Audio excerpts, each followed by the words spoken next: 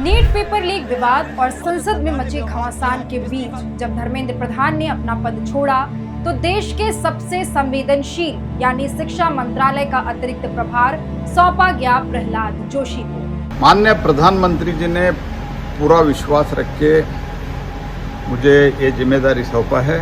प्रधानमंत्री नरेंद्र मोदी ने इस बड़े प्रशासनिक फेरबदल के लिए एक बार फिर राष्ट्रीय स्वयंसेवक संघ आरएसएस के अपने सबसे अनुशासित, कड़े और भरोसेमंद कैडर चेहरे पर विश्वास जताया है।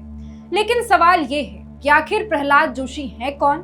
हुबली का एक ऐसा आरएसएस कार्यकर्ता जो कभी ईदगाह मैदान के आंदोलन से राष्ट्रीय राजनीति में उभरा, वो आज देश की सबसे बड़ी परीक्षा व्यवस्था यानी एनटीए और करोड़ों छात्रों के भविष्य से जुड़े मंत्रालय की कमान तक कैसे पहुंचा? उनकी अपनी एजुकेशन क्वालिफिकेशन क्या है? उनके पास शिक्षा क्षेत्र का क्या अनुभव है?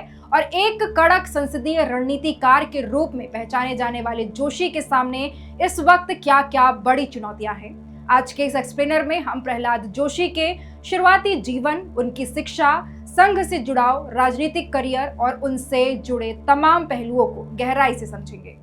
चलिए शुरू करते हैं। 27 नवंबर 1962 को कर्नाटक के बीजापुर में एक मध्य वर्गीय परिवार में जन्मे प्रहलाद वेंकटेश जोशी के पिता भारतीय रेलवे में कार्यरत थे। उनकी एजुकेशन क्वालिफिकेशन की बात करें तो प्रहलाद जोशी ने हुबली के केएस आर्ट कॉलेज से अपनी ग्रेजुएशन पूरी की और बैचलर ऑफ आर्ट्स की डिग्री हासिल की। पढ़ाई पूरी करने के बाद उन्होंने स्मॉल स्केल इंडस्ट्री यानी लघु उद्योग के क्षेत्र में कदम रखा और एक उद्यमी के रूप में काम करने लगे। लेकिन छात्र जीवन के दौरान ही उनका झुकाव राष्ट्रीय स्वयंसेवक संघ आरएसएस की तरफ हो गया था।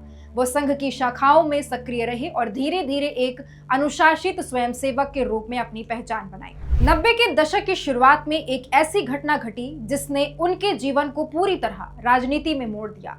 हुबली का ईदगाह मैदान विवाद। स्वतंत्रता दिवस पर राष्ट्रीय ध्वज फहराने को लेकर हुए उस आंदोलन में प्रहलाद जोशी मुख्य आयोजकों में से एक थे। इस घटना ने उन्हें पूरे कर्नाटक में बीजेपी और संघ परिवार का एक निडर और आक्रामक युवा चेहरा बना दिया। ईदगाह आंदोलन के बाद जोशी ने संगठन में अपनी पकड़ मजबूत की और धारवाड़ बीजेपी के जिला अध्यक्ष बने। 2004 के लोकसभा चुनाव में बीजेपी ने उन्हें धारवाड़ सीट से टिकट दिया और उन्होंने पहली बार जीत दर्ज की।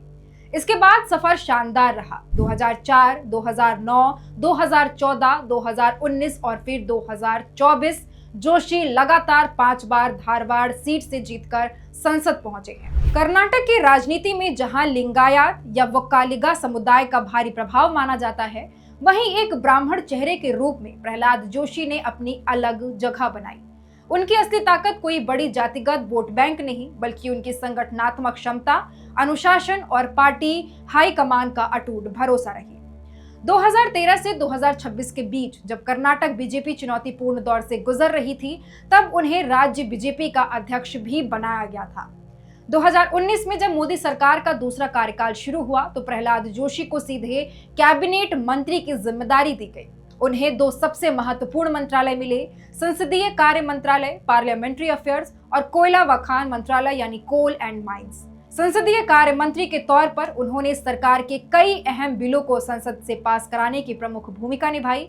वहीं कोयला मंत्री के रूप में उन्होंने कोल सेक्टर में कॉमर्शियल माइनिंग और कोयला उत्पादन बढ़ाने के फैसले का नेतृत्व किया।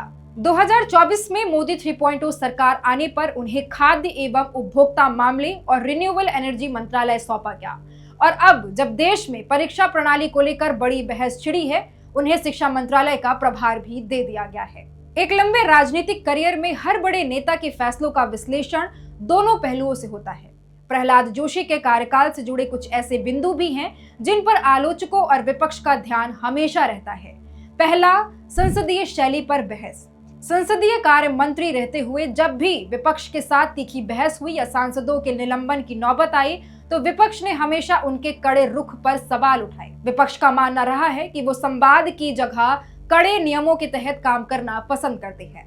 दूसरा, शिक्षा के क्षेत्र में अनुभव की चर्चा। प्रहलाद जोशी की शैक्षणिक पृष्ठभूमि बैचलर ऑफ आर्ट्स की रही है और वो प्रमुख रूप से एक कुशल प्रशासक व संगठनकर्ता माने जाते हैं।